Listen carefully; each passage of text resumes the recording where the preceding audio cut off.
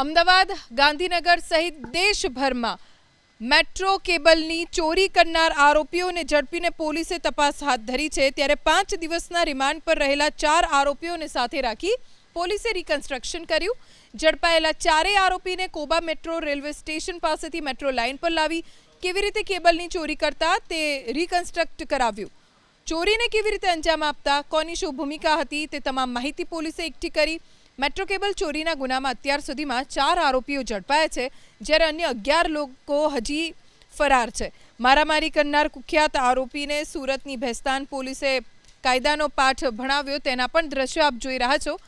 ગફાર હમીદ નામના વ્યક્તિ પર મારામારી કરીને કુખ્યાત ઇસરાર ખાન ઉર્ફે છોટે ફરાર થઈ ગયો હતો। ખુલ્લા મેદાનમાં બેઠો હોવાની બાતમી મળતા ભેસ્તાન પોલીસે આરોપી ઇસરારને ઝડપી પાડ્યો। બાદમાં ઘટના સ્થળ પર લાવીને રિકન્સ્ટ્રક્શન કર્યું।